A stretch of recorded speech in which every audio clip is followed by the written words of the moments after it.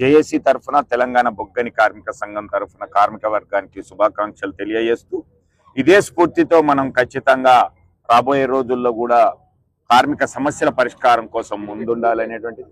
ఈరోజు కేంద్ర ప్రభుత్వం కార్మిక వర్గం పైన చేస్తున్నటువంటి దాడిని మనం ఎదుర్కోకపోతే ఈరోజు భారతదేశంలో ఉన్నటువంటి కార్మిక వర్గానికి బతుకులేనటువంటి పరిస్థితి ఉంటుంది.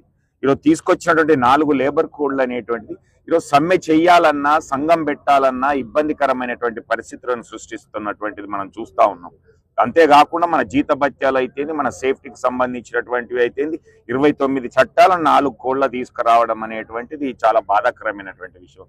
దానివల్ల యూనియన్లు కానీ కార్మిక వర్గానికి అయితేంది బార్గెనింగ్ చేయడానికి కానీ మన వేజ్ రివిజన్ చేసుకోవడానికి కానీ ఇలాంటి అనేటి సమస్యలు వస్తున్నాయి. దీనికి తోడుగా ఈరోజు సింగరేణికి సంబంధించినటువంటి ఇష్యూ చూసినట్లయితే మనకు మైన్స్ అనేది అలొకేషన్ లేకపోవడం వలన ఈరోజు ఎంఎండిఆర్ యాక్ట్ వలన యాక్షన్ లోనే పాల్గొనాలనేటువంటి దాంట్లో ఇబ్బందిగా ఉన్నటువంటి ఆ క్లాజ్ను కూడా వెతివేసేయాలి. ప్రతి ఒక్క మైన్ ఏదైతే ఈ గోదావరి పరివాహక ప్రాంతంలో ఉన్నదో అవన్నీ కూడా సింగరేణికే ఇచ్చేటట్టుగా